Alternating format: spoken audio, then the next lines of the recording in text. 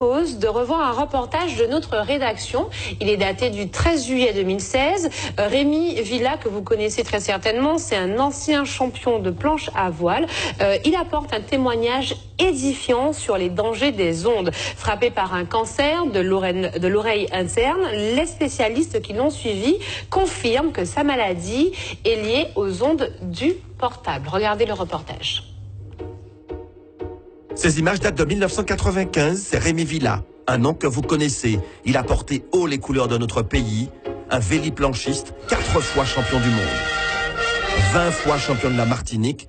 Mais ce que l'on sait moins, c'est qu'il a été touché il y a quelques années par un cancer, une tumeur à l'oreille interne. Soigné à l'hôpital Pellegrin à Bordeaux, ses médecins lui expliquent que cette tumeur serait liée à l'utilisation du téléphone portable. Les médecins m'ont dit clairement, tout ceci est dû au téléphone portable. Notre service pour les tumeurs à l'acoustique a été augmenté multiplié par 5 depuis l'avènement du portable. J'ai fait tout ce qu'il ne fallait pas faire.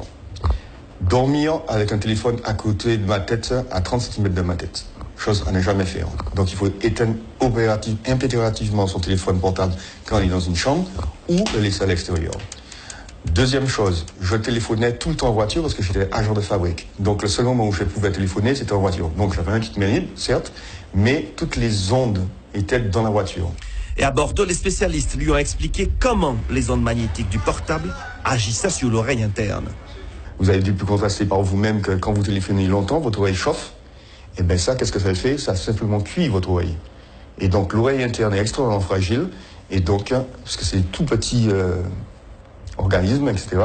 Donc forcément, on l'abîme, on la cuit et on finit par la détruire. Donc le téléphone portable, quand quelqu'un m'appelle, je l'utilise comme ça, microphone allumé, et je parle. Ou bien, loin de la tête, jamais comme ça. Et puis il y a les conseils aux parents concernant l'utilisation des portables pour les enfants. Le médecin me disait très clairement que le pire va arriver parce qu'aujourd'hui, les parents donnent les téléphones dès l'âge de 10 ans, voire même avant à leurs enfants, et les enfants dorment avec leur téléphone.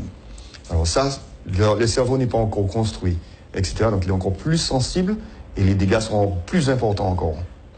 Et pour confirmer les propos de Rémi Villa, ce rapport de l'ANS, l'Agence nationale de la sécurité sanitaire et de l'alimentation, rendu public la semaine dernière. Il recense les sources auxquelles sont exposés les enfants, Wi-Fi, jouets connectés, téléphones portables, tablettes. Mais ce que l'on apprend dans cette étude, c'est que des chercheurs japonais et taïwanais ont trouvé que ces ondes agiraient sur la santé mentale des préadolescents. Dépression, comportement à risque, tentative de suicide pourraient être provoquées par l'utilisation précoce de ces objets connectés. Et enfin, dernier conseil de Rémi Villa, éviter les portables dans les poches. Les ondes affectent également les organes génitaux. Vous venez de voir un reportage de la rédaction télé de La Première. Effectivement, Rémi Villa, ancien champion de planche à voile.